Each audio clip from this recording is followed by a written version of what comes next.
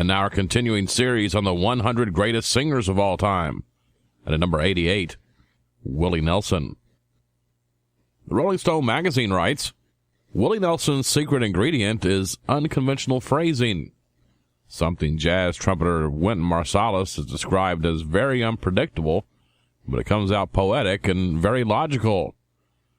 Dwight Yoakam calls Nelson the most avant-garde country singer of all time. You can hear his odd phrasing and experimental use of syntax in songs ranging from early hits that he wrote for other singers, such as Hello Walls, to signature Willie Nelson tunes like Bloody Mary Morning. Yoakam was a teenager the first time he heard Blue Eyes Crying in the Rain on Casey Kasem's Top 40 Countdown. Yoakam said, "I'd never heard anything like that," referring to Nelson's warm, laid-back whine and impeccably casual tone. He's not singing to you. He's talking to you.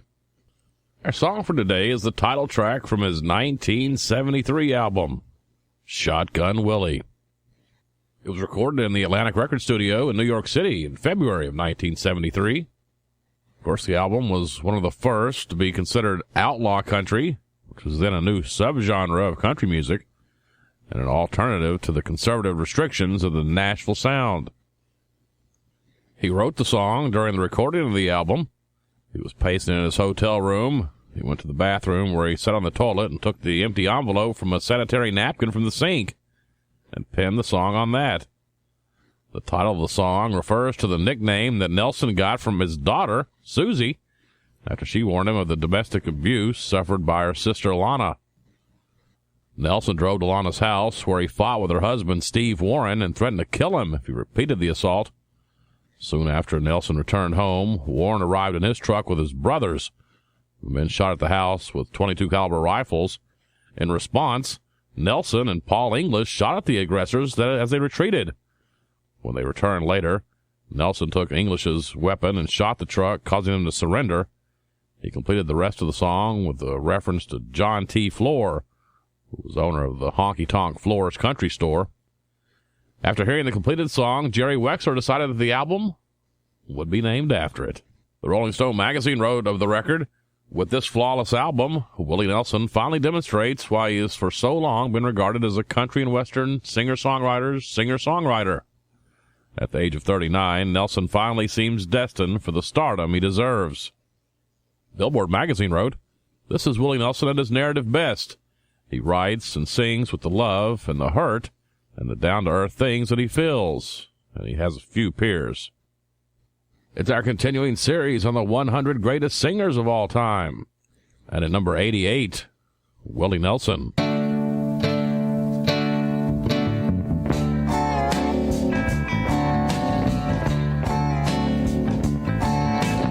Shotgun Willie sits around in his underwear,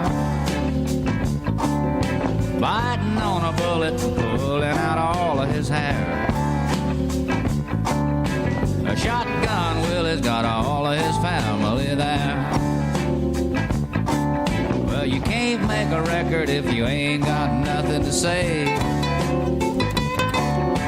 You can't make a record if you ain't got nothing to say. You can't play music if you don't know nothing to play. A Shotgun Willie sits around in his underwear, biting on a bullet and pulling out all of his hair. Shotgun Willie's got all of his family there.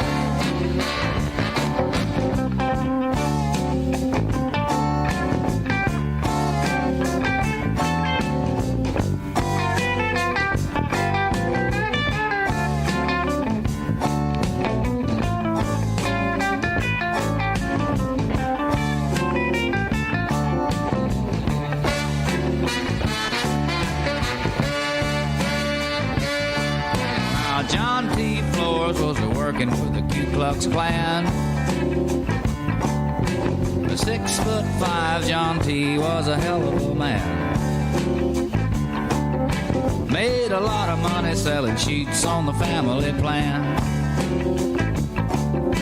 A Shotgun Willie sits around in his underwear,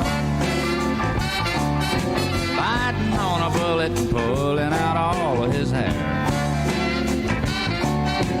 A shotgun Willie's got all of his family there.